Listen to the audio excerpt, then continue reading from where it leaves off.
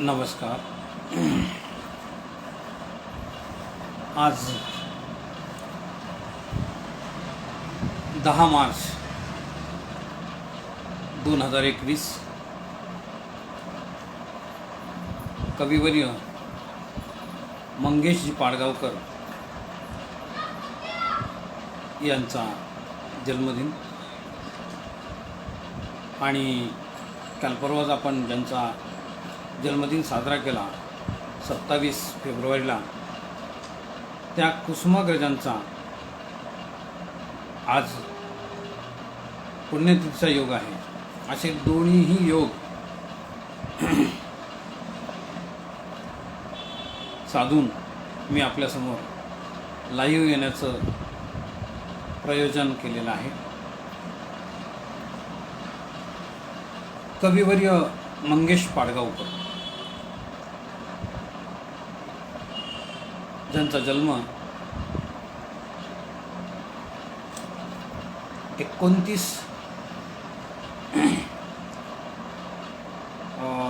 1929 म्हणजे 10 मार्च 1929ला त्यांचा जन्म झाला.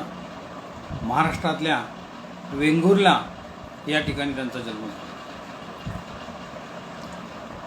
मराठी आणि संस्कृत विषयाचे ते MA झालेले होते आणि त्यांनी बराच काळ विविध कॉलेजमध्ये प्राध्यापकी केली. त्यानंतर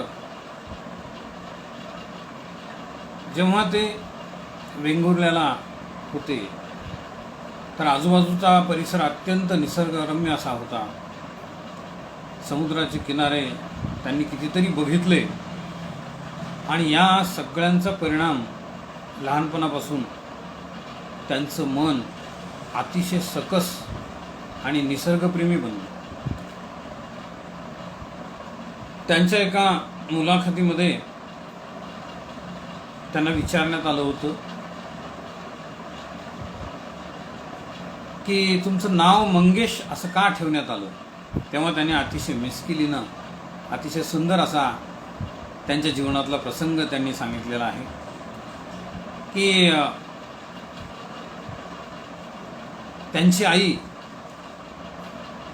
ही जेव्हा पाडगावकर यांच्या कुटुंबामध्ये आली ते खूप मोठं कुटुंब होतं. त्यांच्यामध्ये खूप वेगवेगळ्या प्रकारचे जावा, नंदा आणि दीर भावे असे सगळे खूप मोठं कुटुंब त्यांचं ते होतं. त्याच्यामध्ये मंगेश पाडगावकरांच्या आधी त्यांना एक मुलगा झाला होता, पण तो मुलगा दैववशानं वारला आणि त्यानंतर बरेच दिवस मंगेश पाडगावकरांच्या आईंना मूल वगैरे झालं नाही. मग ज्या काळामध्ये स्त्रीला मूल नसेल तो काळ असा होता की तिला सगळे वांज म्हणून चिडवायचे आणि ही वेळ त्यांच्यावर येऊ नये म्हणून त्यांनी त्यांच्या आईच्याकडे असणाऱ्या मंगेशी या देवीला त्यांनी एक नवस बोलला की मला जर मुलगा झाला तर मी 5 वर्षानंतर तुझ्याकडे येईल आणि तुझ्या पायावर त्याला टाकून त्याचं नाव तुझं नाव ठेवील. अशा पद्धतीनं आईनं नवस बोलल्यानंतर खरंच दैवयोगाने पुढे मंगेश पाडगावकरांचा जन्म झाला.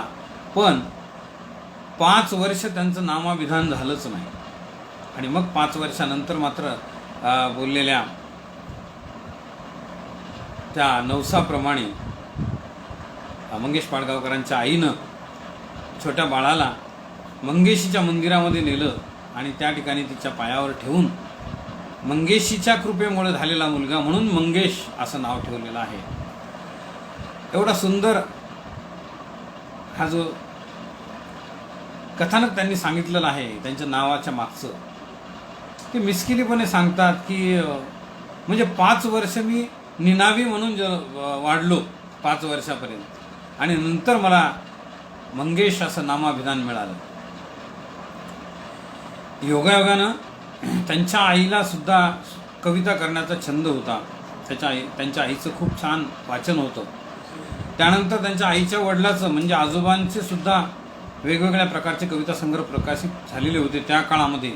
आणि हे सगळे संस्कार छोट्या मंगेशावर झाले. आणि त्यानंतर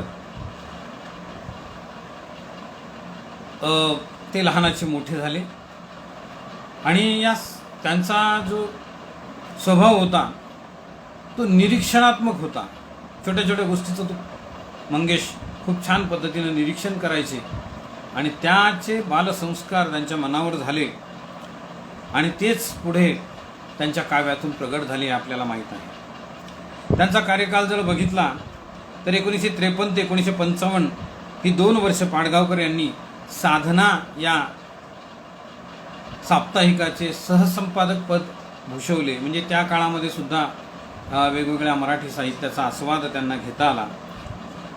त्यानंतर मुंबई आकाशवाणीवर 1964 ते 1970 निर्माता म्हणून त्यांनी काम पाहिलं आणि 1989 ते त्या कामातून निवृत्त होऊन पूर्ण वेळ लिखाण करू लागले.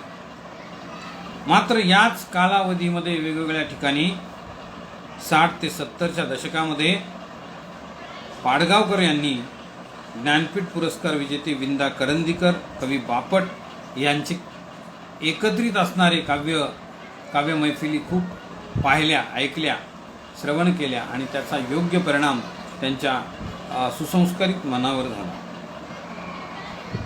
आणि मग जसं जसं त्यांचं साहित्य विश्व फुलत गेलं त्या पद्धतीने त्यांनी कविता संग्रह लिहिले आणि ते प्रकाशितही झाले. त्यांच्या कवितेवर कविवर्य बाभ बोरकर यांचा ठसा उमटलेला होता. हे वेळोवेळी आपल्याला पाहायला मिळतं. 1952 जिप्सी, 1954 छोरी, 1962 उत्सव, 1966 विदूषक, त्यानंतर 1978 सलाम, त्यानंतर 1983 गझल, त्यानंतर 1984 भटके पक्षी, 1990 बोलगाणी हे विविध काव्यसंग्रह मंगेश पाडगावकरांचे एकामागे एक निर्माण झाले आणि मंगेश पाडगावकरांच्या कवितेचा हंगाम सगळीकडे सुरू झाला. जिकडे तिकडे त्यांच्या कवितेचे रसिक निर्माण झाले आणि या रसिक लोकांनी त्यांच्या कवितेला अक्षरशः डोक्यावर घेतलं.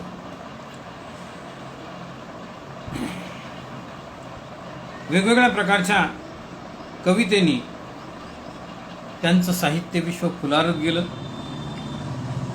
जशा जशा पद्धतीनं वेगवेगळ्या मनावर संस्कार होत गेले कवितेचे त्या पद्धतीनं त्यांनी कविता लिहायला सुरुवात केली आणि खूप मोठ्या साहित्याचा ठेवा त्यांच्याकडे निर्माण झाला. ते एक माणूस म्हणून अत्यंत ग्रेट होते.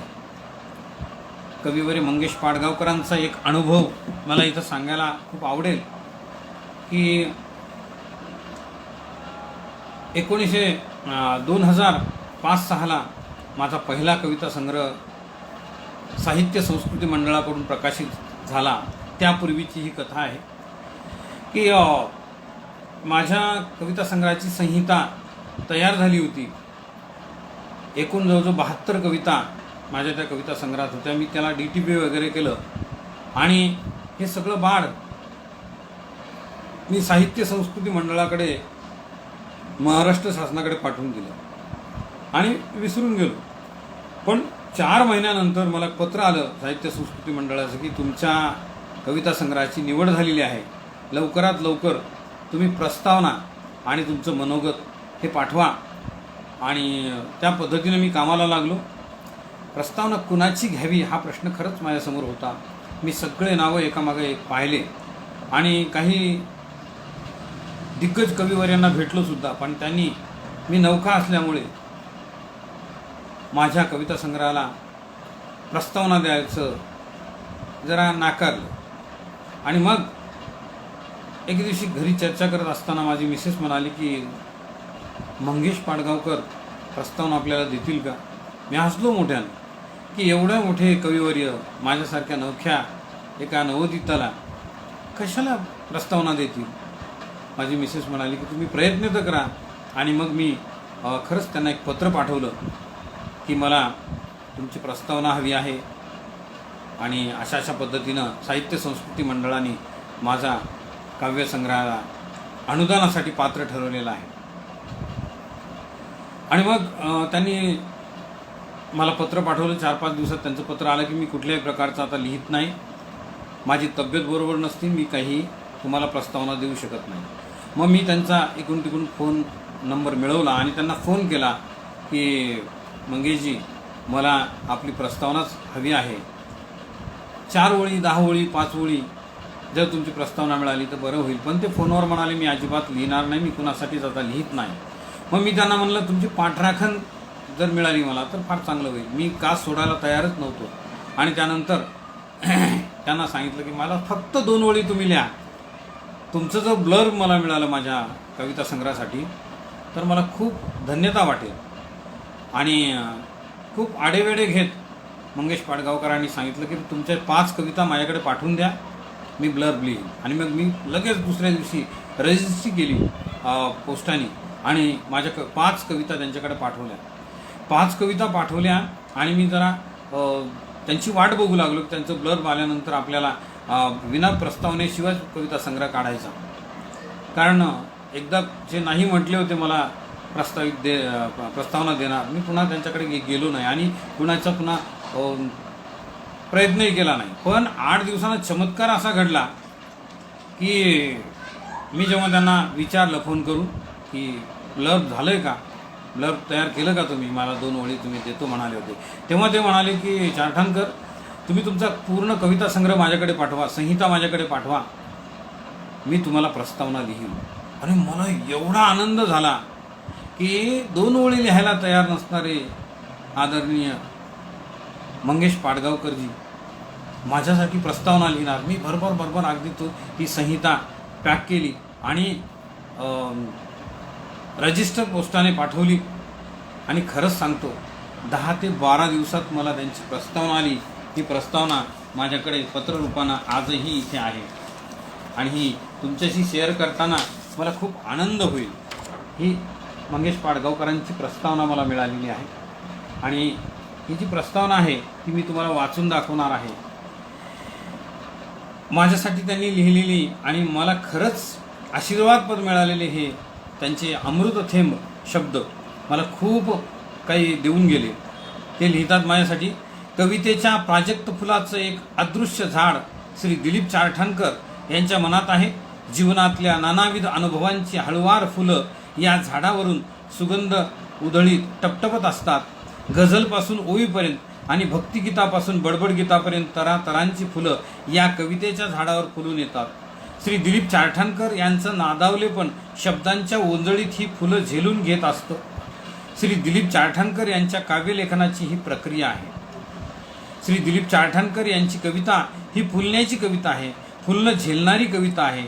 तुझं फुलनं वेचून घ्यावं असं जेव्हा ते म्हणतात तेव्हा तुझं हा शब्द केवळ एकाच व्यक्तीला उद्देशून असत नाही, तो समग्र जीवनालाच उद्देशून असतो. निसर्गातल्या नानाविध प्रतिमा फांदीवर फुलं झुलावी तशा श्री दिलीप चारठाणकर यांच्या कवितेत फुलं झुलू लागतात. पावसाचा गारवा कधी मोरपीस होतो आणि सखीच्या स्पर्शात नावून जातो.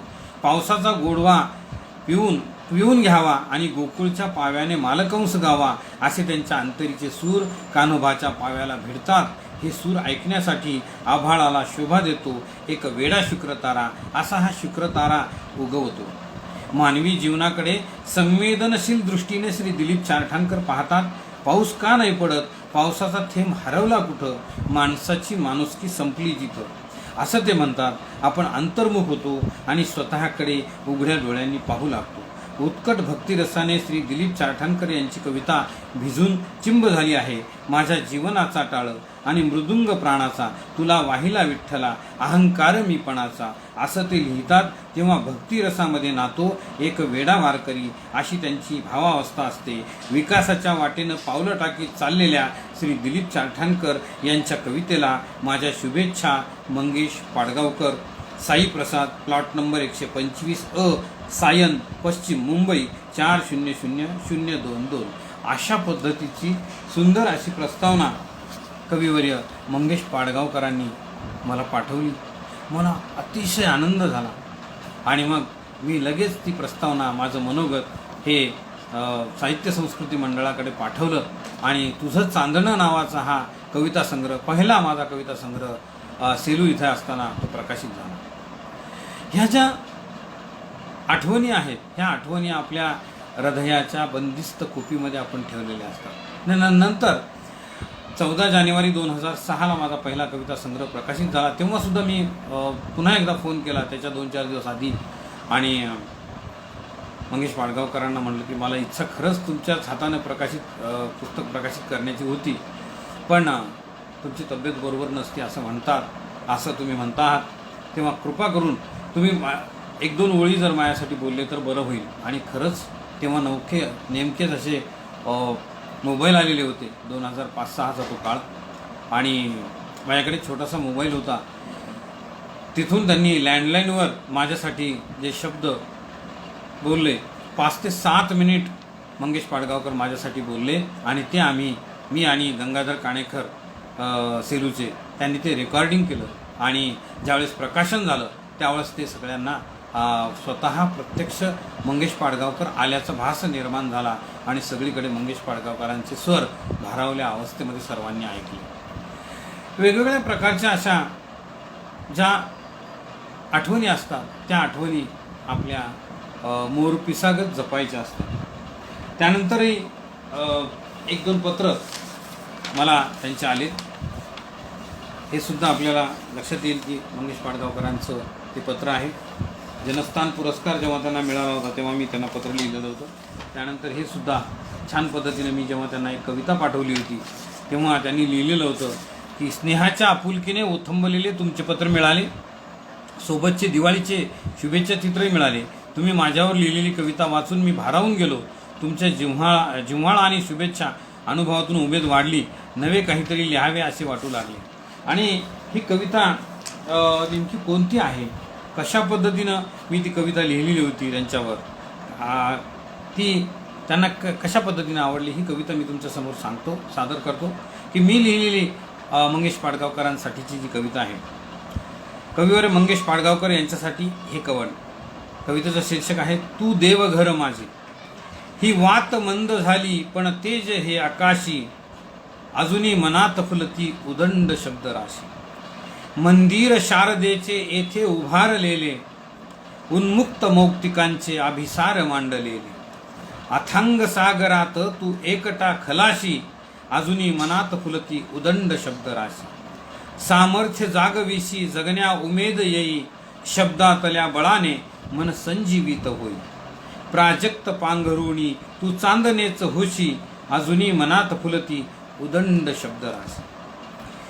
धरती मृगात न्हावी आणि अंकुरित व्हावी, रंध्रातल्या सुखानी प्रीती इथे करावी. हे दान शारदेचे कुठल्यान शब्दकोशी, अजूनी मनात फुलती उदंड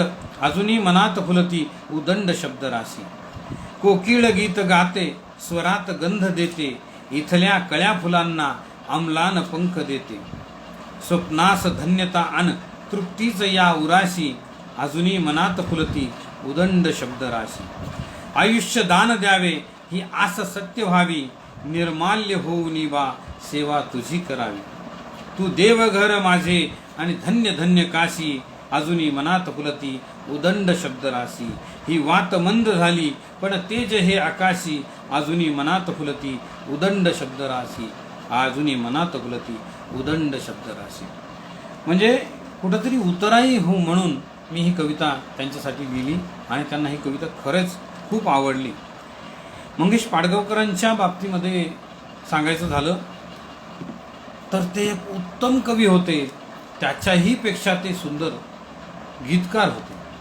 त्यांचे एकाहून एक सुंदर असे अप्रतिम असे गीतं आपण नित्य ऐकतो.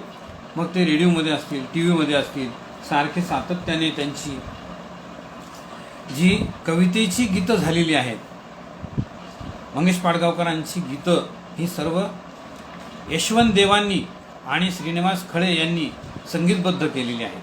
आपण बघूयात त्यांच्या काही गीतांचा आस्वाद आपण घेऊयात की किती सुंदर ते लिहितात. त्यांच्या कवितेचं गाणं कशा पद्धतीनं होतं.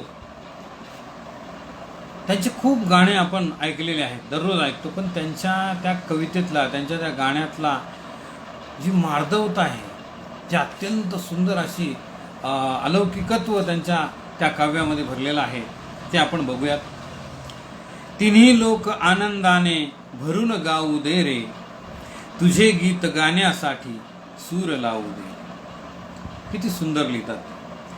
शुभ्र तुळे माळून आल्या निळ्या निळ्या लाटा, रान फुले लेवून सजल्या या हिरव्या वाटा. या सुंदर यात्रेसाठी मला जाऊ दे रे, तुझे गीत गाण्यासाठी सूर लावू दे रे. मोर केशरांचे झुलती पहाटे सदारी, झऱ्यातुनी दिडदा दिडदा वाजती सतारी. सोहळ्यात सौंदर्याच्या तुला पाहू दे रे, तुझे गीत गाण्यासाठी सूर लावू दे रे. अत्यंत सुंदर अशा भावविभोर अशा शब्दांनी हे गीत त्यांनी लिहिलेलं आहे. आणि या बाबतीमध्ये आपल्याला अजून एक सांगावंसं वाटतं की त्यांच्या प्रत्येक कडव्यामध्ये काहीतरी जादुई असे भाव आहेत. आणि प्रत्येक वेळीस त्यांनी जे लिहिलेलं आहे ते अलौकिकत्वाने नटलेलं आहे. आणि म्हणून त्यांच्या प्रत्येक गाण्यामध्ये आपल्याला एक खूप मोठा कवी दडलेला आणि खूप मोठा गीतकारसुद्धा दडलेला आपल्याला दिसून येतो. जशा जशा पद्धतीनं त्यांच्या कविता फुलत गेल्या, त्या कवितेची कधी गीतं झाली आणि सुंदर अशा वेगवेगळ्या गायकांनी ती गायली. हे त्यांनासुद्धा त्यांचा जो एक काळ होता, त्या त्या वेगवेगळ्या, मग ते आकाशवाणी असो की टी व्ही असो, याच्यातून सारखी त्यांची गाणी यायची. नक्षत्राच्या देण्यामध्ये आपण पाहिला आहे तो कार्यक्रमसुद्धा, किती सुंदर कार्यक्रम झी टी व्हीनं सादर केला होता. आणि प्रत्येक गोष्टीचं कवीच्या आणि गीतकाराच्या मनावर कसं गारुड निर्माण होतं. कविता म्हणजे काय असते हो? कविता म्हणजे कवी जगत असलेल्या आजूबाजूच्या गोष्टीचं तो निरीक्षण करतो आणि आपल्या शब्दांवाटे अतिशय सुंदर पद्धतीनं, जशा पद्धतीने एखादा माळी फुलांची माळ करतो तशा पद्धतीनं तो शब्दाला गोवतो आणि सुंदर अशी मालिका त्या गीताची तयार होते. आपण बघूया त्यांचं गीत. एक मी कुठल्याही प्रकारचं गीत गाणार नाही, कविता म्हणून तुम्हाला ऐकवणार आहे. आणि त्यातल्या सुंदर असे बारकावे असे आपल्याला बघायचे आहेत की काय सुंदर लिहिलेलं आहे. श्रावणात घननिळा बरसला, रिमझिम रेशीम धारा, उलगडला झाडातून अवचित हिरवा मोर पिसारा. काय लिहिलेलं आहे. जागुनी ज्याची वाट पाहिली ते सुख आले दारी, जिथे जिथे जिथे तिथे राधेला भेटे आता श्याम मुरारी. माझ्याही ओठावर आले नाव तुझेच उदारा, श्रावणात घननिळा बरसला, रिमझिम रेशीम धारा. रंगांच्या रानात हरवले हे स्वप्नांचे पक्षी, निळ्या रेशमी पाण्यावर वरती थेंब बावरी नक्षी. गतजन्मीची ओळख सांगत आला गंधित वारा, श्रावणात घननिळा बरसला, रिमझिम रेशीम धारा. आता बघा किती सुंदर वर्णन त्यांनी या ठिकाणी केलेलं आहे की पाचूच्या हिरव्या माहेरी ऊन हळदीचे आले, माझ्या भाळावर थेंबाचे फूल पाखरू झाले, मातीच्या गंधाने भरला गगनाचा गाभारा, श्रावणात घननिळा बरसला, रिमझिम रेशीम धारा.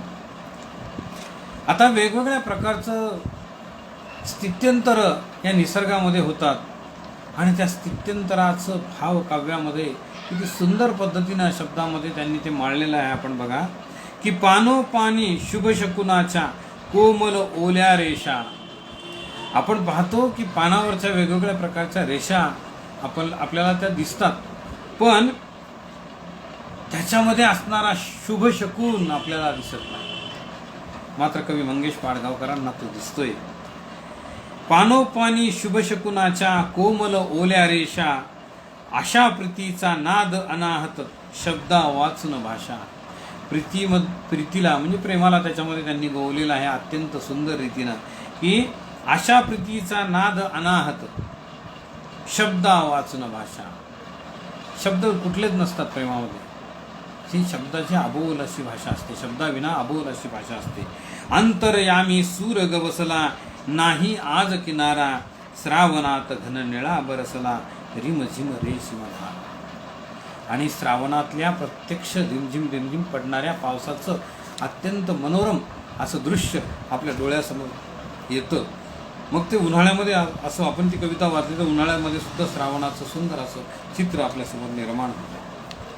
ही जादू जी असते, ही सगळी जादू कवीच्या भावनेमध्ये असते. किती वेगवेगळ्या प्रकारच्या भाव अवस्था कवीच्या मनामध्ये चाललेल्या असतात आणि त्या पद्धतीनं ह्या सगळ्या गोष्टी चालतात. फक्त त्यांनी गाणीच लिहिली का, आपल्याला हे लक्षात येतं. फक्त त्यांनी गाणीच नाही लिहिली, फार सुंदर अशा कविताही त्यांनी लिहिलेल्या आहेत. त्या काळामध्ये कॉलेजमध्ये मंगेश पाडगावकरांच्या कवितेची पारायणं व्हायची आणि मंगेश पाडगावकर आले एखाद्या कार्यक्रमाला आले कॉलेजच्या की सगळं कॉलेज दणानून जायचं आणि मग ते सुंदर असं कविता कॉलेजच्या मुलामुलींसाठी सादर करायचे. ते काय म्हणायचे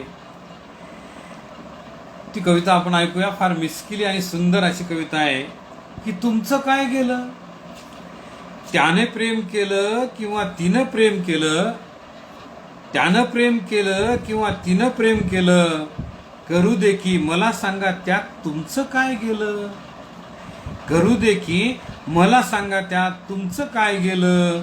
तो तिला एकांतात बागेमध्ये भेटला, तो तिला एकांतात बागेमध्ये भेटला, नको तितक्या जवळ जाऊन अंगाशी खेटला, लाल लाल गुलाबाचे फूल होऊन पेटला, भेटला तर भेटू दे की, पेटला तर पेटू दे की, तुमचं डोकं कशासाठी इतकं गरम झालं, तुमचं डोकं कशासाठी इतकं गरम झालं, त्यानं प्रेम केलं किंवा तिनं प्रेम केलं, करू दे की मला सांगा त्यात तुमचं काय गेलं, त्यानं प्रेम केलं किंवा तिनं प्रेम केलं, करू दे की मला सांगा त्यात तुमचं काय गेलं.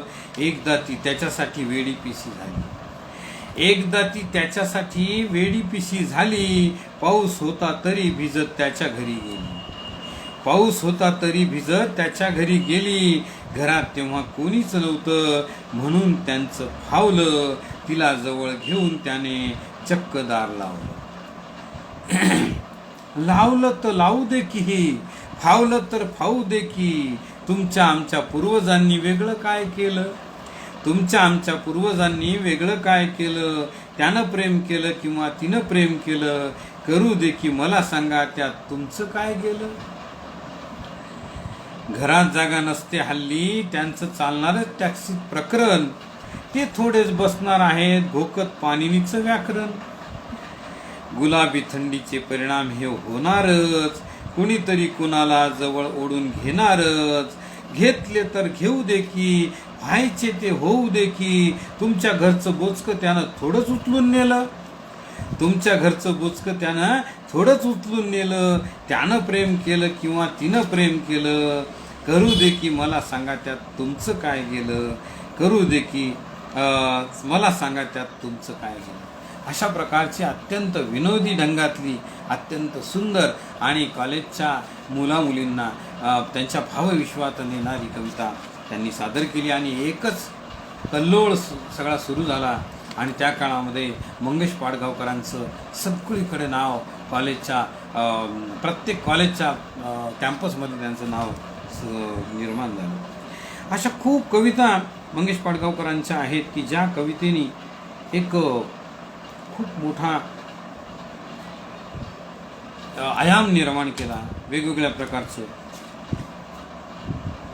याच कालावधीमध्ये त्यांनी एक अत्यंत सुंदर आणि रेखीव अशी कविता केली. ही कविता आपल्याला ऐकायला खूप आवडेल कारण तरुणांसाठीची ही कविता आहे. मंगेश पाडगावकर जरी उत्तरार्धामध्ये होते, कितीतरी साहित्य संमेलनाला ते यायच्या आणि त्यांच्या काव्य मैफिली व्हायच्या. त्यांचं काव्य वाचन हे ऐकतच राहावं असं वाटायचं आणि त्यांच्या ज्या चेहऱ्यावरचे हावभाव होते, त्यांची जी मिस्किली होती ती आपण बघतच राहतो आणि कितीतरी वेळ त्यांच्या त्या काव्याच्या याच्यामध्ये आपण निमग्न होऊन जातो. अशी एक सुंदर कविता त्यांची आहे. प्रेम म्हणजे प्रेम म्हणजे प्रेम असतं, प्रेम म्हणजे प्रेम म्हणजे प्रेम असतं, तुमचं आमचं अगदी सेम असतं. काय म्हणता यावेळी चिल्लर वाटतात, काय म्हणता यावेळी चिल्लर वाटतात, काव्याच्या दृष्टीने थिल्लर वाटतात. काय म्हणता यावेळी चिल्लर वाटतात, काव्याच्या दृष्टीने थिल्लर वाटतात. असल्या तर असू दे, फसल्या तर फसू दे, तरी सुद्धा प्रेम म्हणजे प्रेम म्हणजे प्रेम असतं आणि तुमचं आणि आमचं अगदी सेम असतं, तुमचं आणि आमचं अगदी सेम असतं. मराठीतून इश्य म्हणून प्रेम करता येतं, मराठीतून इश्य म्हणून प्रेम करता येतं, उर्दूमध्ये इश्क म्हणून प्रेम करता येतं. उर्दूमध्ये इश्क म्हणून प्रेम करता येतं, व्याकरणात चुकला तरी प्रेम करता येतं, व्याकरणात चुकला तरी प्रेम करता येतं, कॉन्व्हेंटमध्ये शिकलात तरी प्रेम करता येतं. 16 वर्ष सरली की अंगात फुलं फुलू लागतात, जागेपणी स्वप्नांचे झोपाळे झुलू लागतात. आठवतं ना तुमची आमची 16 जेव्हा सरली होती, होडी सगळी पाण्याने भरली होती, लाटावर बेफान होऊन नाचलो होतो, होडी सगत बुडता बुडता वाचलो होतो.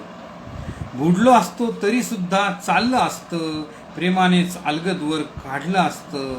तुम्हाला ते कळलं होतं, मला सुद्धा कळलं होतं, तुम्हाला ते कळलं होतं, मला सुद्धा कळलं होतं.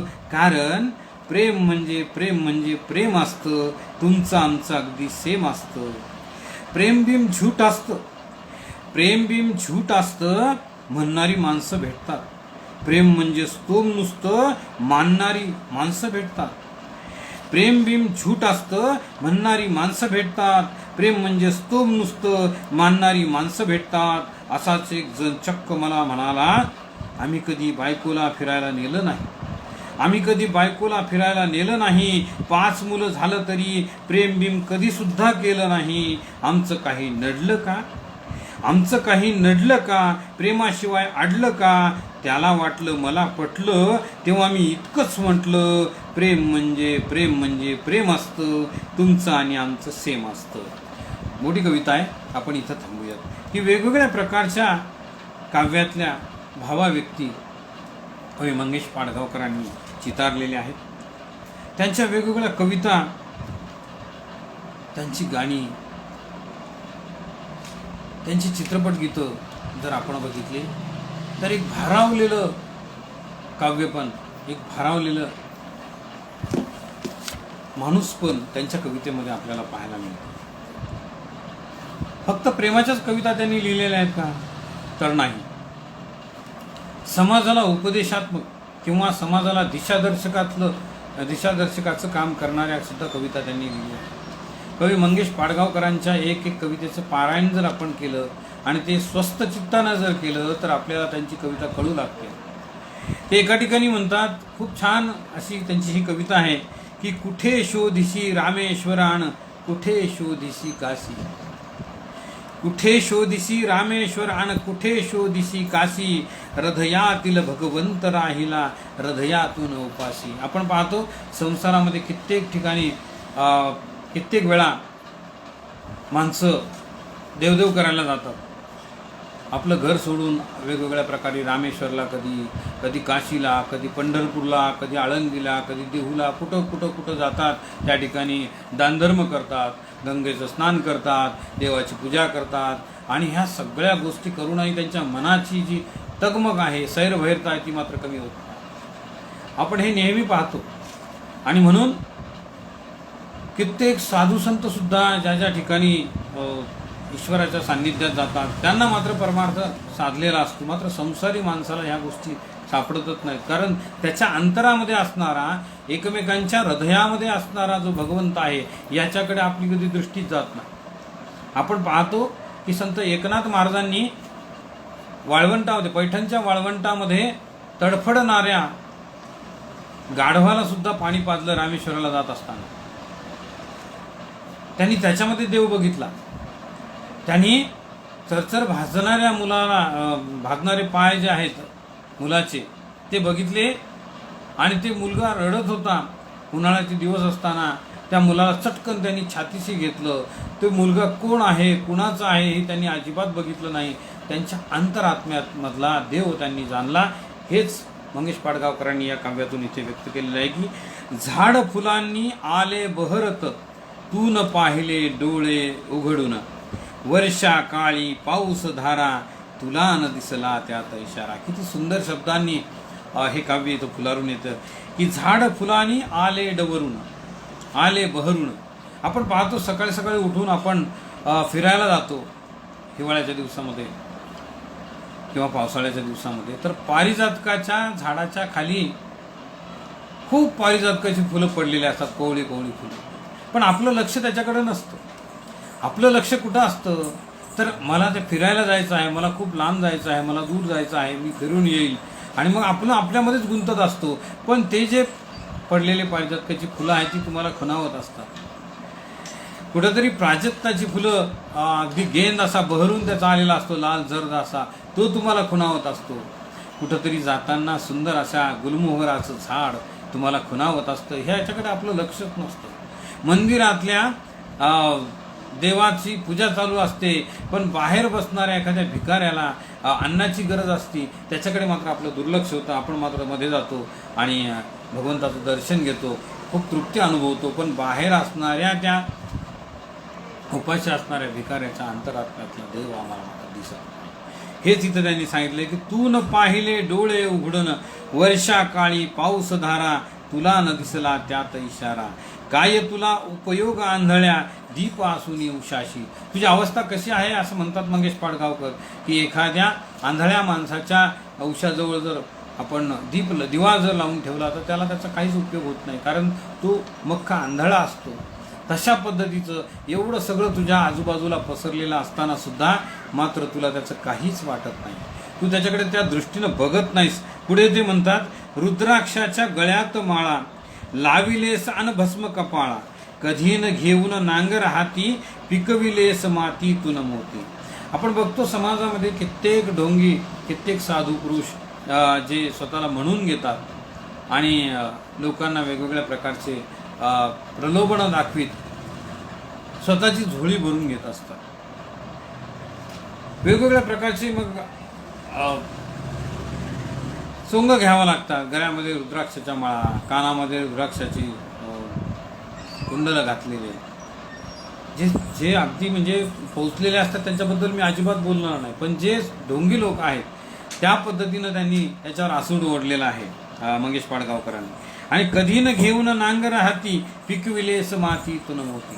शेतकरी काय करतो की राबतो, कष्ट करतो खूप मोठ्या प्रमाणावर, आणि मृग नक्षत्राच्या वेळेस पाऊस पडला की त्या मातीच्या स्वाधीन तो पीक धान्य करतो आणि मग तो मोती पिकवतो पुढे. पण हेही आपण केलेलं नाही. किंवा हृदयी हाय आभाग्या भगवे नेसून, घर संन्यासून जाशी, आणि हृदयातील भगवंत राहिला हृदयातून उपाशी. आणि शेवटी म्हणतात, देव बोलतो बाळमुखातून. किती सुंदर सांगितलेलं त्यांनी बघा की देव बोलतो बाळमुखातून, देव डोलतो उंच पिकातून. कुठं तुम्हाला जायची गरज नाही, रामेश्वरला नाही, काशीला नाही, पंढरपूरला नाही, अथवा कुठेही जायची गरज नाही. आपल्या आजूबाजूला ईश्वर पसरलेला आहे सगळीकडे. पण आपल्याला ती दृष्टी पाहिजे. आपल्याकडे ती दृष्टी जर नसेल तर आपल्याला काहीच दिसणार नाही. आपण पाहतो की प्रत्येकाच्या घरामध्ये छोटे छोटे मुलं असतात. त्याच्या बाललीलाकडे आपण जर लक्ष दिलं तर त्याच्या प्रत्येक कृतीतून आपल्याला देव दिसेल. तो किती बोबड्या बोलाने किती छान छान बोलतो, त्याच्या कृती किती सुंदर असतात. त्याच्या वेगवेगळ्या प्रकारच्या या कृतीतून तो काहीतरी अभिव्यक्त करत असतो आणि ते त्याचे बोबडे बोल आपल्या मनापर्यंत पोहोचले की आपल्याला प्रत्यक्ष भगवंताचं दर्शन घडतं. पण ती दृष्टी आपल्याजवळ पाहिजे. देव बोलतो उंच पिकातून. सुंदर असं जर एखादं रान भरलेलं आहे, त्या ठिकाणी तुम्ही जा, उघड्या डोळ्यांनी बघा जरा. अतिशय सुंदर असं हिरवगार असं ते नटलेलं जे शिवार आहे, त्या हवा सुटली की सळसळ एखाद्या अशा ते असं जणू काय एखादं पळायले कुठतरी, अशा पद्धतीचा भास आपल्याला होतो. आपली दृष्टी नसते, आपण मात्र वेगळ्या विवंचनेमध्ये असतो. आणि म्हणून हा संदेश मंगेश पाडगावकरांनी दिलेला आहे की कधी होऊनी देव भिकारी, अन्नासाठी आर्त पुकारी. अहो बघा, आपण आता पाहिलं या आपल्या कोरोनाच्या काळामध्ये कितीतरी वेळा आपण बघितलं की लोकांना सगळं आहे खिशामध्ये, बंडल आहेत पैशाचे, पण अन्नासाठी तरसलेले लोक आपण बघितले. किती लोकांच्या कद्रूपणा आपल्याला पाहिला की लोक त्यांना आपल्यातली अर्धी भाकर द्यायला तयार नव्हते. कित्येक लोकांनी म्हणजे अगदी जेवणाचे अन्नछत्र उघडले, लोकांना जेव पण घातलं, पण काही लोकांना मात्र स्वतःची खळगी भरण्यासाठीच या ह्याच्यामध्ये सगळी त्राहिमाम करावं लागलं. ह्या कोरोनाच्या काळामध्ये आपण काय काय नाही बघितलं, कशा पद्धतीनं लोकांच्या मनामध्ये स्थित्यंतर झाले, कशा पद्धतीनं लोक बदलली गेली, कशा पद्धतीनं लोक एकमेकापासून दूर झाली. आपल्याच घरातल्या माणसाला आपण कसे दुरावलो होतो, आपल्याच आजूबाजूच्या लोकांना नमस्कार सुद्धा आपण घालत नव्हतो, हेही आपण बघितलं. किती विचित्र या सगळ्या गोष्टी आपण या कोरोनाच्या काळामध्ये बघितलेल्या आहेत. याचंच इथं प्रत्यंतर आपल्याला ते देतात की कधी होऊनी देव भिकारी, अन्नासाठी आर्त पुकारी. आपण त्याच्याकडे लक्ष देत नाही. आपण मात्र खूप मोठमोठाले, मी पाहतो कितीतरी मोठमोठाले याच्यामध्ये लाखो करोडो रुपये दान करतात मंदिरामध्ये, किंवा सोन्याच्या काहीतरी जिरेटोप किंवा वाटेल ते देतात.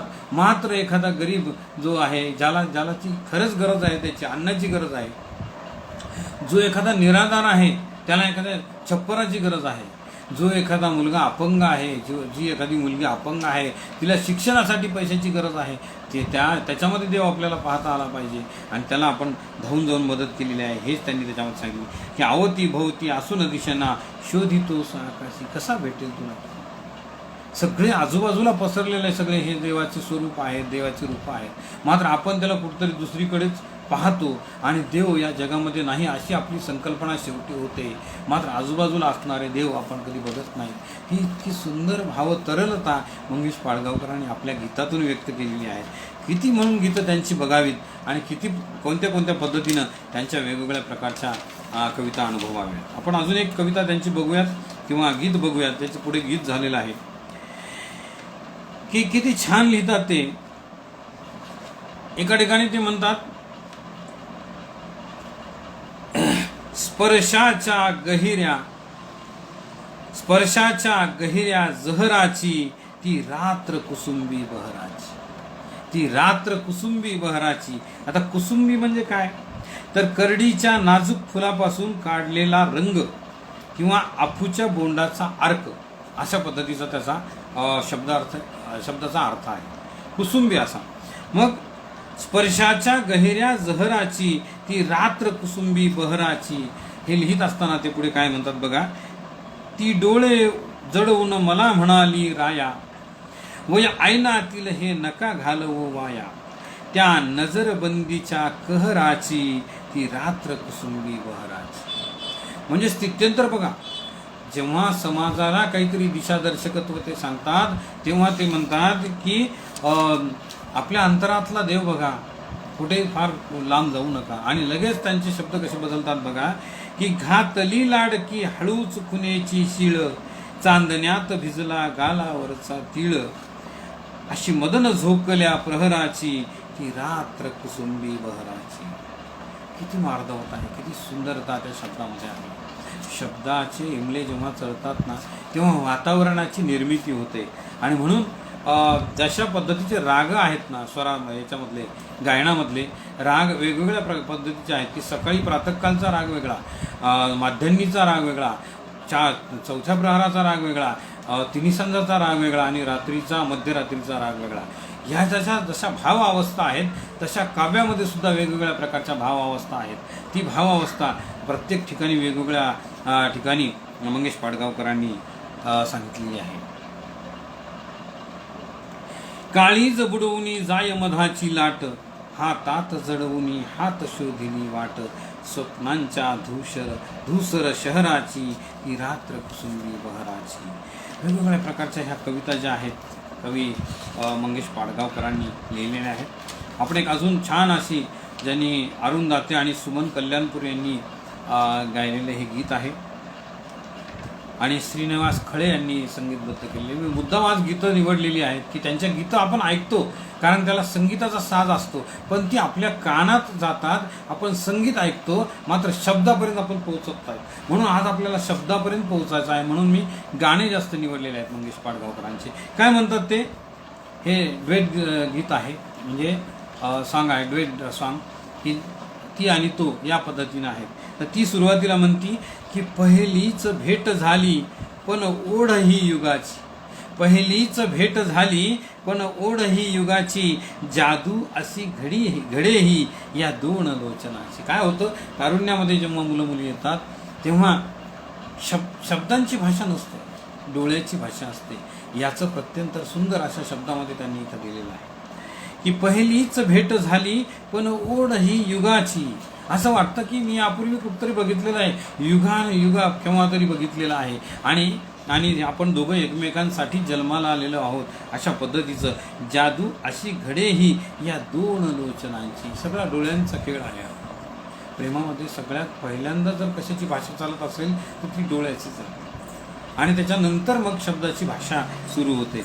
मग ती काय म्हणते पुन्हा एकदा की पहिलीच भेट झाली जडली अपूर्व बाधा, स्वप्नात गुंग झाली जागेपणात राग, माझी न राहिले मी किमया अशी कुणाची, जादू अशी घडेही या दोन लोचनांची. काय झालं काही मला कळेच ना काय झालंय, कारण ही जरी पहिली भेट आली असली तरी ही मदनाची बाधा, प्रेमाची बाधा मला जडलेली आहे आणि स्वप्नात गुंग झाली जागेपणात राग. राधेचं आणि श्रीकृष्णाचं जे अवीट अशी प्रेम कहाणी आहे आपल्याला ती माहीत नाही आणि त्या पद्धतीनं जी मार्दवता त्यांच्यामध्ये त्यांनी व्यक्त केलेली आहे. आता तो काय म्हणतो बघा, तो म्हणतो डोळे मिटून घेता दिसतेस तू समोर, फुलवून पंख स्वप्नी अन नाचतात मोर. की मला रात्रंदिवस तूच दिसते, की डोळे मिटून घेता दिसतेस तू समोर, फुलवून पंख स्वप्नी अन नाचतात मोर, झाली फुले सुगंधी माझ्या ही भावनांची. बघा काय सुंदर ओळ आहे. माझ्या ज्या मनामध्ये भावना आहेत ना, या भावनांची काय झाली, सुगंधी फुलं झालेली आहे, सुंदर अशी फुलं झालेली आहे. आणि म्हणून जादू अशी घडेही या दोन लोचनांची. पुन्हा ती पुढे काय म्हणते, लाजून वाजती या अंगातुनी सतारी, लाजून वाजती या अंगातुनी सतारी, ऐश्वर्य घेऊनी हे दैव आज दारी. क्या बात, क्या बात, सुंदर, अप्रतिम. मी लागले बघाया स्वप्नेही मिलनाची, जादू अशी घडेही या दोन लोचनांची. शब्दांची किमया मंगेशजीने अप्रतिम पद्धतीने केलेली आहे. लाजून वाजती या अंगातुनी सतारी. सतार जेव्हा वाजते ना तेव्हा तिची तार अशी झंकारते आणि तशी जशी तार झंकारते तसं त्या सतारीतून वेगवेगळ्या प्रकारचे बोल निघतात आणि आमच्या कानापर्यंत जातात, आमच्या हृदयापर्यंत जातात आणि मन भाव विभोर होऊन जातं. तशा पद्धतीनं लाजून वाजती या अंगातून सतारी पहिलीच माझी अनुभूती आहे आणि अशा पद्धतीनं माझ्या मनामध्ये सतारी वाजत आहेत खूप वेगळ्या पद्धतीच्या. ऐश्वर्य घेऊन ये दैव आज दारी. माझ्या दारावर काय ऐश्वर्य आलेलं आहे, काय प्रचंड प्रमाणामध्ये मी श्रीमंत आहे आणि ती जागते आहे कशातली, प्रेमातली. मी लागले बघाया स्वप्ने मिलनाची, स्वप्ने ही मिलनांची, जादू अशी घडी ही या दोन लोचनांची. वाऱ्यात ऐकतो मी आता तुझीच गाणी, ताऱ्यात वाचतो आणि या प्रीतीची कहाणी, पहिलीच भेट झाली पण ओढ ही युगाची, जादू अशी घडे ही या दोन लोचनांची. प्रतिम अशा पद्धतीनं मंगेश पाडगावकरांनी हे लिहिलं. किती सांगावं, कशा पद्धतीने व्यक्त करावं. आणि मी फार तोकडा आहे, माझा अभ्यास त्या मानाने फार कमी आहे. मंगेश पाडगावकरांचं विश्व हे फार मोठं होतं आणि त्या पद्धतीनं आजही आपण प्रत्येक दिवस आपला मंगेश पाडगावकरांच्या गाण्यांनी पुलकित होतो आणि आपण वेगवेगळ्या प्रकारची गाणी त्यांची ऐकतो. काय आहे, एक सहज बसल्या त्यांनी लिहिलं. त्या अनुभूती म्हणा किंवा परकाया प्रवेशानं म्हणा, या कविता सुचतात. कितीतरी कविता अशा सुचतात की ज्याचा अनुबंध कधी लागलेला नसतो किंवा त्याची अनुभूती कधी आलेली नसती. पुण्याला एकदा एका कार्यक्रमामध्ये जगदीश खेबुडकर आलेले होते. मला वाटते त्या कार्यालयामध्ये तो कार्यक्रम होता आणि त्याला मी उपस्थित होतो. तर एका रसिकाने मुलाखत चालू असताना मंगेश पाडगावकरांना विचारलं की तुम्ही खूप लावण्या लिहिलेल्या आहेत, 300-350 लावण्या जगदीश खेपुडकरांच्या आपल्याला माहीत आहेत की सुंदर लावण्या लिहिलेल्या आहेत त्यांनी, की पिवळ्या पाण्याचा देठ किंवा हिरवा, अशा पद्धतीचं त्यांचं जे गाणं संकेतार्थी गाणं आहे, संकेतार्थी लावणी आहे. त्याबद्दल त्यांनी विचारलं की या सगळ्याचा अनुभूती तुम्ही घेतलेली आहे का स्वतः? तुम्ही जे हे लिहिलेलं आहे या सगळ्याची अनुभूती तुम्ही नक्कीच घेतलेली असणार, त्याच्याशिवाय तुम्हाला कसं लिहिता आलं? तेव्हा त्यांनी सांगितलेलं आहे की बाबा रे, मी एक शिक्षक माणूस आहे, मी एक साधा प्राथमिक शिक्षक आहे, कोल्हापूरला राहायचे जगदीश खेपुडकर. आणि त्यांनी सांगितलं की मी साधं सुपारीचं सुद्धा व्यसन मला नाही, सुपारीचा तुकडा सुद्धा मी कधी चघळत नाही, तर मी त्या कोठ्यावर वगैरे कधी जावं, परकाया प्रवेशानं काही गोष्टी कवी जाणत असतो आणि त्याला म्हणजे त्याच्या हृदयस्थ होतात आणि त्या पद्धतीनं तो लिहित असतो. अशी कितीतरी गाणे मंगेश पाडगावकरांनी लिहिली. काय लिहितात ते की जेव्हा एखादा प्रियकर एखाद्या प्रेयसीचा चेहरा बघतो किंवा एखाद्या मुलीचा चेहरा बघतो आणि तो बघितल्यानंतर चटकन त्याचं मन त्याच्यावर जळतं, तेव्हा ते लिहितो की लाजून हासणे अन हासून ते पाहणे. मंगेश पाडगावकर लिहितात की लाजून हासणे अन हासून ते पाहणे, मी ओळखून आहे सारे तुझे पाहणे. आणि मग जेव्हा या सगळ्या गोष्टी सुरू होतात तेव्हा तुझं लाजणं आणि ते पुन्हा माझ्याकडे बघणं हे किती वेगळ्या पद्धतीचं आहे. ते तुझे काय आहे ते सगळे तुझे माझ्याकडे बघण्याचे बहाणे आहेत. अशा पद्धतीने ते सांगतात की डोळ्यास पापण्यांचा का सांग भार व्हावा, मिटताच पापण्या अन का चंद्रही दिसावा. हे प्रश्न जीव घेणे हरती जिथे शहाणे, मी ओळखून आहे सारे तुझे बहाणे. आता हे जेव्हा आपण ऐकतो ना गाण्याच्या स्वरूपामध्ये तेव्हा आपल्याला ते खूप गोड वाटतं, पण शब्दांपर्यंत आपण पोचायचं आहे. म्हणून मी काव्यरूपानं त्या गीतांचा आस्वाद आपल्याला देतो आहे, मी पण घेतो आहे. हाती धनुष्य ज्याच्या त्याला कसे कळावे, हाती धनुष्य ज्याच्या त्याला कसे कळावे, हृदयात बाण ज्याच्या त्यालाच दुःख ठावे. ज्याच्या हृदयामध्ये बाण लागलेला आहे त्यालाच दुःख ठावं माहीत असतं, त्याच्या हातामध्ये धनुष्य बाणाची दोरी असते, त्याला ते कसं कळेल? म्हणजे जो प्रेमातच पडलेला नाही त्याला वियोगाचं दुःख काय माहीत आहे, तो फक्त अजून प्रेमात पडायचं बाकी आहे. अशा पद्धतीचं इथं त्यांनी सांगितलेलं आहे. तिरपा कटाक्ष भोळा आम्ही इथे दिवाने, मी ओळखून आहे सारे तुझे पाहणे. जाता समोरुनी तू उगवे टपोर तारा, देशातुनी फुलांच्या आणि सुगंध वारा, रात्रीस चांदण्याचे सुचते सुरेल गाणे, मी ओळखून आहे सारे तुझे बहाणे, मी ओळखून आहे सारे तुझे बहाणे. कितीतरी कविता त्यांच्या आपल्याला पाहायला मिळतात, ऐकायला मिळतात. त्यांची जी छवी होती किंवा त्यांनी जे काव्यवाचनाच्या ज्या भावमुद्रा होत्या त्या अजूनही माझ्या डोळ्यासमोर जशाल तशा उभं राहतात. कित्येकांच्या डोळ्या रसिक खूप होते महाराष्ट्रामध्ये. अख्ख्या विश्वाच्या साहित्य संमेलनामध्ये सुद्धा दुबई येथे साहित्य संमेलन झालं होतं, त्याच्या अध्यक्षपद मंगेश पाडगावकरांनी भूषवलं आहे. म्हणजे ते जगव्याप्त होते. थोडक्यामध्ये ज्या ज्या ठिकाणी मराठी माणूस आहे त्याच्या मनामध्ये मंगेश पाडगावकरांची गीतं आणि कविता रुंजी घालतात हे आपल्याला माहीत आहे. वेगवेगळ्या प्रकारचे त्यांचे अजून कितीतरी आपल्याला कविता पाहता येतील किंवा त्यांनी जे सरळ भाव संवेदन लिहिलेलं आहे त्याचाही आपल्याला आस्वाद घेता येईल. एका ठिकाणी ते लिहितात की जेव्हा तुझ्या बटांना उधळी मुजोर वारा, जेव्हा तुझ्या बटांना उधळी मुजोर वारा, माझा न राहतो मी हरवून हा किनारा. काय सुंदर लिहिलेलं आहे. काय म्हणतात मंगेश पाडगावकर की प्रेम या अडीच अक्षरी शब्दाच्या कक्षा किती रुंद आहेत. डोळ्याची भाषा दोघांच्या हृदयापर्यंत पोहोचली की जवळीकता निर्माण होते, दोघांचा एक वेगळाच भावबंध निर्माण होतो, दोघांनाही एकमेकांविषयी ओढ वाटू लागते, उभयता एकमेकांच्या अस्तित्वाने हे पुलकित होतात. तिची प्रत्येक गोष्ट त्याला नाविन्यपूर्ण व मधाळ वाटू लागते, तिची प्रत्येक हरकत प्रियकराला एक उन्माद देते, धुंदी देते. आणि म्हणून तो म्हणतो जेव्हा तुझ्या बटांना उधळी मुजोर वारा. हे सुंदर असा वारा सुटलेला आहे आणि तुझे केस जे आहेत ते अगदी असे वाऱ्यावर इकडे तिकडे ओढत आहेत आणि त्या पद्धतीनं ते जेव्हा मुजोरपणे तो तिच्याशी खेळ करतोय त्या बटांशी त्या केसांशी, माझा न राहतो मी हरवून हा किनारा. काहीच मला सुचत नाही कुठल्या गोष्टी, इतकं सौंदर्य, इतकं लावण्य तुझं दिसतं, अशा पद्धतीची ही ओढ या ठिकाणी आहे. आणि अगदी कमी शब्दामध्ये खूप काही व्याप्त असं भाव त्यांनी मांडलेले आहेत, आपल्याला माहीत आहे. पुढे एका ठिकाणी ते म्हणतात, जेव्हा तिची नि माझी चोरून भेट झाली, जेव्हा तिची नि माझी चोरून भेट झाली, झाली फुले कळ्यांची झाडे भरास.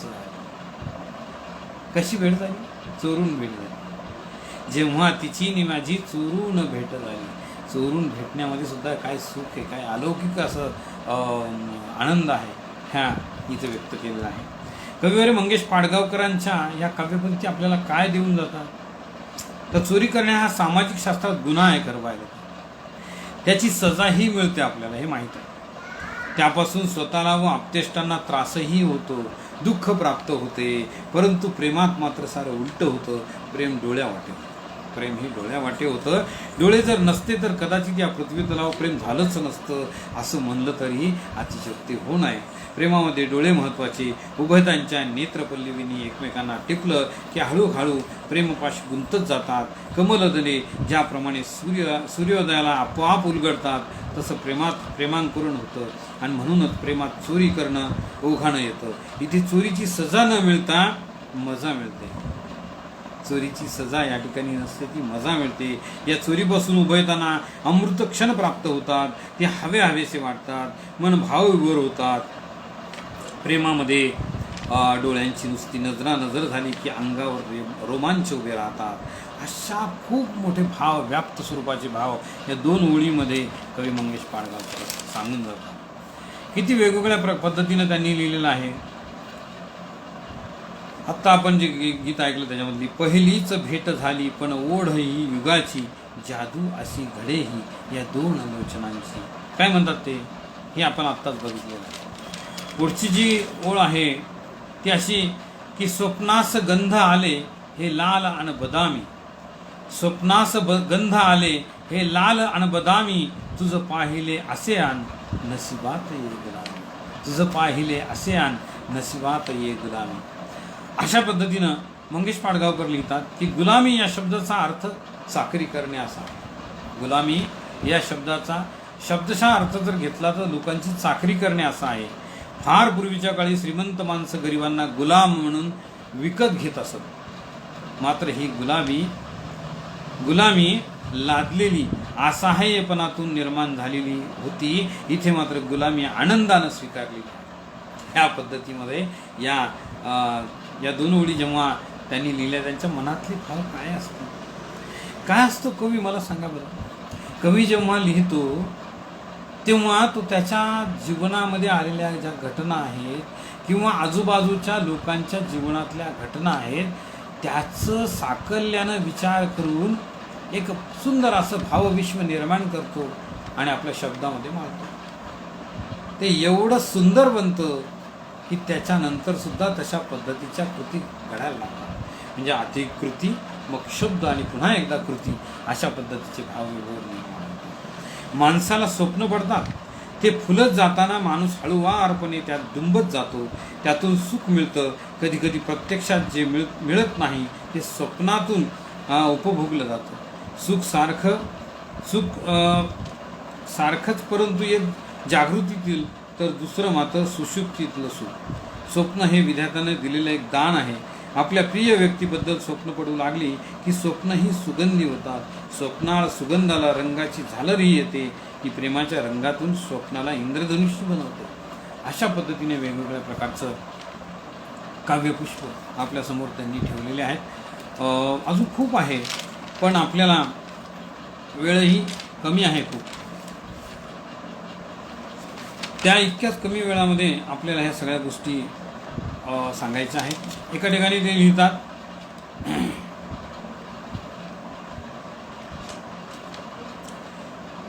शुक्र तारा मंद वारा चांदणे पाण्यातून, चंद्र आहे स्वप्न वाहे धुंद या गाण्यातून. आज तू डोळ्यात माझ्या मिसळून डोळे पहा, तू अशी जवळी राहा, तू अशी जवळी राहा. तेही वेगळ्या वेगळ्या प्रकारे त्यांनी लिहिलेलं आहे. त्यानंतर अजून पुष्कळ काही जे सांगता येईल आपल्याला त्या वेगवेगळ्या काव्यपंक्ती त्यांनी लिहिलेल्या आहेत. या काव्यपंक्तीचे भावविभोर आपल्या मनावर कितीतरी निर्माण होतात. जर आपण याच गोष्टीचा विचार जर कधी कधी केला तर मंगेश पाडगावकरांच्या एक दोन कविता अजून घेऊ आणि आपण थांबूयात. कारण मंगेश पाडगावकरांचं लिखाण हे खूप मोठं आहे आणि त्यांनी जे लिहिलेलं आहे ते आपल्यापर्यंत पोहोचायला माझी झोळी तशी दुबळी आहे. मी आपल्यापर्यंत सर्व काही पोहोचू शकणार नाही आणि म्हणून काही गोष्टी त्यांच्या तशाच राहतील. कारण खूप मोठा त्यांचा लिखाणाचा डोंगर आहे, तो मी जास्त पोखरू शकणार नाही. आणि एक छोटीशी कविता की जी समाज रचनेवर त्यांनी केलेली आहे ती आपल्यासमोर ठेवतो. आणि जवळजवळ 1 तास झालेला आहे, मी थांबतो. तर एक कविता, सलाम. सबको सलाम, ज्याच्या हातात दंडा त्याला सलाम. सलाम, सबको सलाम, ज्याच्या हातात दंडा त्याला सलाम. लाथेच्या भयाने डाव्या हात गांडीवर ठेवून उजव्या हाताने सलाम. सलाम, बघणाऱ्याला सलाम, न बघणाऱ्याला सलाम. बघणाऱ्याला सलाम, न बघणाऱ्याला सलाम. विकत घेणाऱ्याला सलाम, विकत घेण्याचा इशारा करणाऱ्याला सलाम. सलाम. सलाम भाई, सबको सलाम. वटारलेल्या प्रत्येक डोळ्याला सलाम. सेंदूर फासलेल्या दगडाला सलाम. वटारलेल्या प्रत्येक डोळ्याला सलाम. सेंदूर फासलेल्या दगडाला सलाम. लाखो खर्चून बांधलेल्या देवळांना सलाम. सलाम. देवळातल्या देवांच्या धाकाला सलाम. देवळातल्या देवाच्या धाकाला सलाम. देवांच्या आणि धर्माचे कंत्राट घेणाऱ्यांना सलाम. सलाम. रिकाम्या हातातून ऊद काढणाऱ्या बडेबुवांना सलाम. शनीला सलाम. मंगळाला सलाम. भिंतीच्या प्रत्येक ठेकेदाराला सलाम. आईवर आयुष्यभर गुरगुरणाऱ्या बापाला सलाम. बापावर गुरगुरणाऱ्या साहेबाला सलाम. साहेबाची टरकवणाऱ्या त्याच्या साहेबांनाही सलाम. सलाम प्यारे भाइयों और बहनों, सबको सलाम. सलाम प्यारो भाइयों और बहनों, सबको सलाम. धन्यवाद. माझ्या अल्पमतीप्रमाणे आपल्यासमोर मी आज मंगेश पाडगावकर यांच्या जन्मदिनी त्यांच्या काही कविता, काही गीतं आपल्यासमोर सादर करण्याचा प्रयत्न केला. काही अनुभूती इथं उद्धृत केल्या. त्यांचं पत्र मला जे आलेलं आहे तेही आपल्यासमोर मी ठेवलं. ह्या सगळ्या गोष्टी आपल्यासमोर ठेवत असताना मलाही मनस्वी आनंद होतो. मागे जे वाचलेलं आहे, जे त्यांचं कविता वेगवेगळ्या प्रकारच्या अभ्यासलेल्या आहेत त्याचा पुन्हा एकदा पुनरावृत्ती होते. आनंद मिळतो. शब्दातून दुसरं काय होतं तर आनंद मिळतो. जगण्याला नवी उमेद मिळते. खरं सांगू का, की कलाकार माणसाचं आयुष्य तुम्ही बघा, कुठल्याही कलाकारचा असो, मग तो शिल्पकार असो, चित्रकार असो, एखादा सुंदर रांगोळी काढणारा असो, किंवा एखादा कल्पक असा काष्टकार असो, शिल्पकार असो, किंवा एखादा कवी असो, गायक असो, लेखक असो, कोणी कोणताही कलाकार असो, त्याचं जीवन अत्यंत सुंदर असतं आणि तो जगतोसुद्धा उमेदीनं, तो जगतोसुद्धा अत्यंत चांगल्या पद्धतीने. कधी या कलाकाराने आत्महत्या केलेलं माझ्या तरी आठवत कधी नाही आहे. अतिशय दुःख कितीतरी आले संसारामध्ये तरी कवी, लेखक किंवा कलाकार लोक कधीच नामोहरम होत नाही. कारण त्यांच्या शब्दाचे इमले त्यांना जगण्याची नवी उर्मी देत असतात. स्वतःला तर देतात पण त्यांच्या शब्दातून हजारो नवीन वाचकांना सुद्धा उर्मी मिळते. आणि अशा पद्धतीनं कवी असो, लेखक असो, एक प्रकारे समाजातले जे अवदासीन्य आलेलं असतं ते घालून टाकतात आणि लोकांना खळखळ हसवतात, अगदी अंतर्मुख करतात. कधी कधी समाजातल्या वामपंथ्यांना किंवा समाजातल्या अतिशय व्यभिचारी लोकांना, वाईट लोकांना कोरडे ओढण्याचं कामसुद्धा कवी, लेखक करतात किंवा कलाकार करतात. या सगळ्या गोष्टी जर आपण बघितल्या एकंदरीत तर कवी या ठिकाणी आपण एक चितारलेला आहे. या कवीच्या माध्यमातून आपण हे सगळं बघतो आणि या बघत असताना आपल्याला हे लक्षात येतं की मंगेश पाडगावकरांच्या कविता ज्या आहेत त्या आपल्याला खूप काही देऊन जातात वेगवेगळ्या प्रकारचे, आणि या सगळ्या देण्यानं आपण खरंच समृद्ध बनतो. आपण तर बनतो, रसिकसुद्धा हजारो पद्धतीने समृद्ध बनतात आणि आपण सगळे जगण्याची नवी उमेद आम्हाला निर्माण होते.